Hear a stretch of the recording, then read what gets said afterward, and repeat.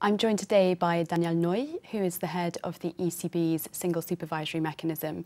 It's one of the world's newest banking supervisors, and it essentially looks after the safety and soundness of 123 banks across the eurozone. Danièle, welcome. To start off with, you're quite a new supervisory body. You've taken over banking supervision from national regulators as it once was. How's your relationship now with those national authorities, do you think? They are very good. We have the best of two worlds. We have the experience and expertise of national supervisors and the distance in the decision-making process, which is quite good. This is producing less national bias, in particular as the heads of the joint supervisory teams are of a different nationality from the bank. What about, though, there's a lot of variance in national rules on how much bank capital should be held. What are you doing to try and iron out all those differences across the eurozone? Well, it's not so much about how much, it's about the definition of capital. There are too many, in my view, national options in the definition of capital in Europe, and we have to address that. Part of this can be addressed through the choices that will be made by the supervisory board on the national options for the SSM, the SSM national options.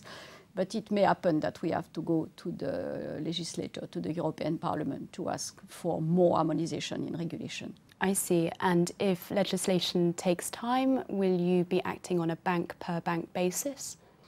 We will certainly, we are already comparing the composition of capital for the 123 banking groups that we supervise, and we can compensate the lack of quality, if this is the case, by Pillar 2 requirements indeed. So would you forecast then that there might be a swathe of capital raising across eurozone banks for those that hold less good quality assets?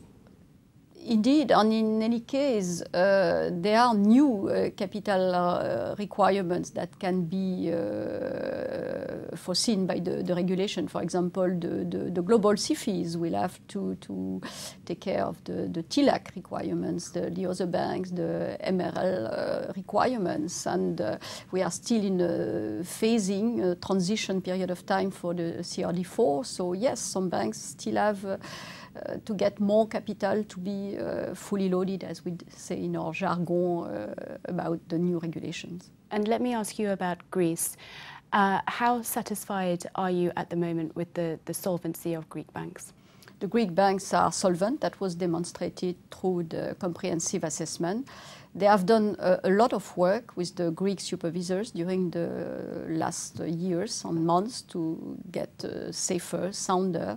They were restructured, reorganized, and they are much more able, thanks to this work, to sustain the difficult period of time they are facing now for issues that are more country issues than banking system issues.